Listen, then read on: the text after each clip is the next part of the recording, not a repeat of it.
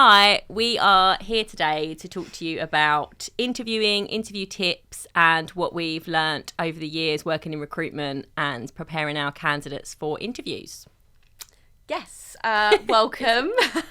I guess what we want to sort of say is, preparing for an interview involves several key steps to ensure that you demonstrate yourselves in the best light, showcasing your skills, qualifications, and, any attributes that you think would, be of value to the company that you are applying for. Fran and I just want to talk through a few points that we think are really important for interview prep. What do we think is important? So what do we tell candidates? So we always send out an email confirmation. This is where you're going, the time and date, who you're meeting, and we maybe put some info on the firm.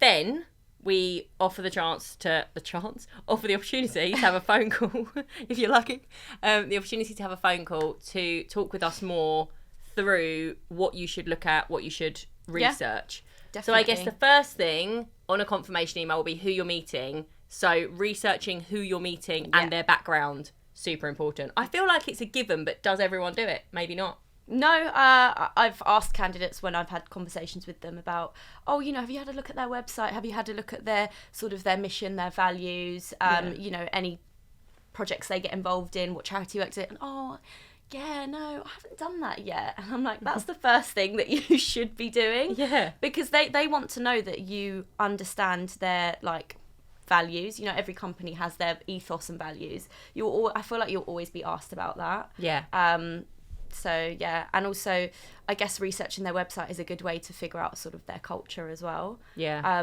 But if you're working with a recruiter and they've built a long-standing relationship with that client, they'll hopefully be able to give you all of that intel so that you go definitely in feeling very prepared. Definitely. It's another reason I love, meeting clients, building that relationship with clients and just get all the generally inside understanding. Yeah, that's it. You need to give them something, don't you? And also talk more about the person they're meeting. If you've got a relationship with that person, you can give them an insight into, are they going to be quite a hard interviewer? Are they going to put you at ease quite quickly? What's their style? Yeah.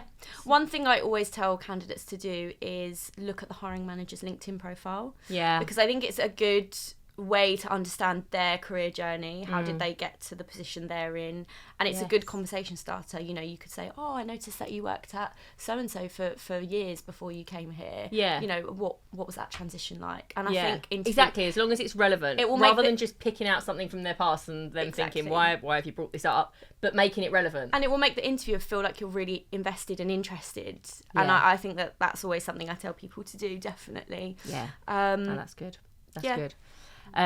What else do we advise? So definitely researching the company, but not just researching the company and looking at their website, also Googling and then looking at what news articles might come up. Yeah, what trends. These days, social media, like Facebook, what's their Instagram, Twitter, what do they talk about, what are they passionate about, who are their competitors. Also, especially with law firms, I like to look at Legal Cheek and all those other websites where the student, what's it called, Chambers Student, the ones where they go into depth about, they even talk about the canteen food or what's the latest, I don't know, nights out been like. I love all that because I feel like it gives you a bit more of an insight into the firm. Also, if you want to be extra detective, love it. You need to get your detective head on. Glassdoor, yes.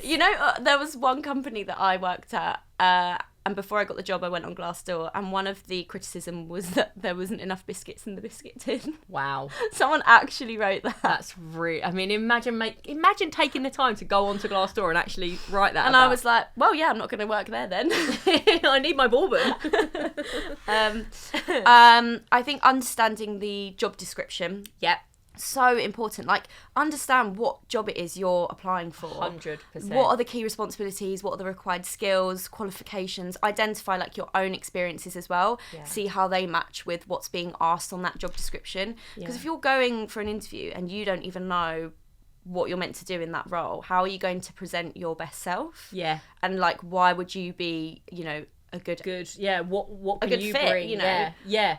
I absolutely think that you should print the job spec, sit down one evening before the interview, whatever, and go through each bullet point and think about, when have I done that? How have I done that? And it could be some of them, it will just be such simple things. Yeah. But then you might pull out something, and then just being able to refer back to the job spec and the client know, or the firm you're interviewing at know, that you've genuinely taken such an interest, that you're reading through it, you've listened to all of the points, you've understood where you and also, if you haven't got experience, what can you say? So actually, I haven't worked with this particular program, but I've worked with this particular program. I know they're very similar. I'm super keen to learn more about this. You know, so it's also trying to explain to them, like, I've looked through it. This is why I'm good at the job. And like totally preparing responses for like potential technical questions that might be asked to you.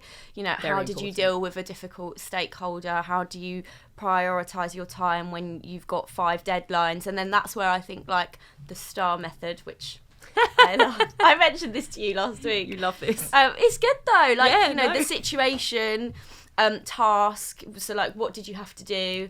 The action, what did you do? And then what was the result? Like, STAR. Yeah. Love it. Yes. I get it. I get it. But I think it's good. It's so simple, but like if you type into Google, how do I prepare for an interview, that will come up every single time. Does it? Yeah. It's really like I don't think I've ever Googled that. Old school. Okay, fine. Yeah. Fine. I love a bit of old school. No, it is good though. Knowing your CV, I think that's really important. So I always suggest to candidates to print their CV and like look through it. Because if someone says to me now, oh, when did you join your last company? What year? I don't know. Obviously, I'm not currently going for an interview, but like when you're going for an interview, just know all of that information. Have dates in your head. Or if you can't remember the date you joined a company, if you've got a long CV, then just know where you've worked and at least know what were your 2 previous employers. Why did you leave that one? Just look through your CV. If there's any gaps, be ready to explain the gap. Yes. Like, so if there's a 3-month gap, what were you doing? It's fine to have a gap. Just be ready to explain it and know it inside out. Yeah. Yeah? Definitely. Like, I feel like a lot of people sometimes don't remember things. Yeah, I just think, how can you not remember your CV in chronological order? Well, it depends. Yeah. It depends how many jobs you've had and what age you are. You know, I do think that. It depends. If you're going for a contract role, and perhaps you've got quite a lot of fixed term contracts, there is a lot to remember. That's true. And also remembering what you did in those roles, like what was your job title? Yeah. What were your responsibilities? How did that reflect? You know. I think that's really important as well. Definitely. I always ask candidates to showcase their achievements in the interview. Talk about any sort of key achievements or accomplishments you might have had in a previous role. So I like that. Yeah. So things that are not necessarily related to the role, but perhaps they've done outside of... Well, not necessarily, but like within your role, what went well? Like if you're in a BD and marketing focused role, for example, you know, BD is sales. It's a sales focused role. So you'll be involved in client events that will hopefully bring in new business. And, you know, you could say, oh, I hosted this event and I put together all this stuff for my company, and it brought in X amount of new clients this quarter. Like, that's an achievement. Yeah. I think that as well as it being on the CV, which it should, talk about it in the interview. So I was really proud of this in my last role because we had this amount of time to execute this event. We had deadlines to meet, to send out invitations and get new clients on board, and we managed to do this and exceeded targets of whatever they might be. I think that's basically be ready to like champion yourself. Because that's what an interview is. You're meant to be putting forward your best self. Exactly. Be giving them the full picture of you. You want to leave the room with them being like, wow, we want that person. Let's take that one. I think that's definitely. Also enjoy it. Definitely enjoy it, which is really hard because I understand interviews are nerve-wracking. I completely get that. But channel those nerves and also try and think to yourself, yes, I'm nervous. Yes, I really want this job. But I also am going in there to find out if they're right for me, if I'm right for them. It's not just about, do they like you? You're not just the one sitting there being interviewed. You're also getting to know them and the firm and is this job right for you? It should feel more like a two-way. I think so many people just feel this whole, I'm being interviewed, I'm just going to sit here because I'm so scared. Like, am I gonna say everything I should say, do everything I should do? Am I going to say the right thing? Am I going to freeze? I think the best advice I give is just try and enjoy it. It's a formal chat at the end of the day. You're not being interrogated. It might feel like that because you're being asked a lot about yourself. Yeah. But use it as an opportunity to, you know, express how great you are. Yeah, yeah, absolutely. Yeah. What else? Is there much else? Things that clients have said. So I made a few notes on this. Only 3 things. For me, I was thinking about over the years, really thought, what things have clients said that are what are the things that have come up the most? And they were people not listening to like the question and sort digressing. Going off on a tangent, not really listening to the question, and therefore not answering the question properly. So they'll get to the end of this sort of long-winded answer that the person's given and sit there and think, okay, they actually haven't answered the question. But they don't, often interviewers won't then go back and say, sorry, can you go again? Yes. Because obviously it's going to ruin the flow of the interview. So they don't. So really listening to, and I'm absolutely terrible at listening sometimes. It's a real problem. Like really listening to what someone's saying and then responding to what they've actually said. It's actually harder than it sounds. I'll just talk over people without realising because I'm like so excited and want to get out like what I'm trying to say. And people are like, Stevie. Do they do this too? Yeah. Can we put our listening on? Our listening ears is what I say to my son. Let's put our listening ears on. So that's inside voices. My mum used to love that. Inside voices. Because I'm so... People say that to me too, a lot. That's funny. And I've written unable to elaborate. So, yeah, I think that being able to... So if a client picks out something and says, oh, I know you did a lot of this. I did. I really enjoyed that. That's not enough. Like, yes, I did that. This is how I did it. This is obviously that is quite hard because it's kind of a on the spot question. But that's when it feeds into if you know your CV well, and then the client says, "Oh, you did quite a lot of." I wish I had a good example here. My mind's blank. You did quite a lot of this at that place, and then you can say, "Yeah, and this is how I did it, and this is why I did it, and this is what I enjoyed about it." So you haven't just said, "Yeah," or "Yeah, I really liked it." You've given like a bit more background. Definitely. Yeah, I think that's good. I think that's great. I think because like since COVID, all the interviews are still semi-virtual.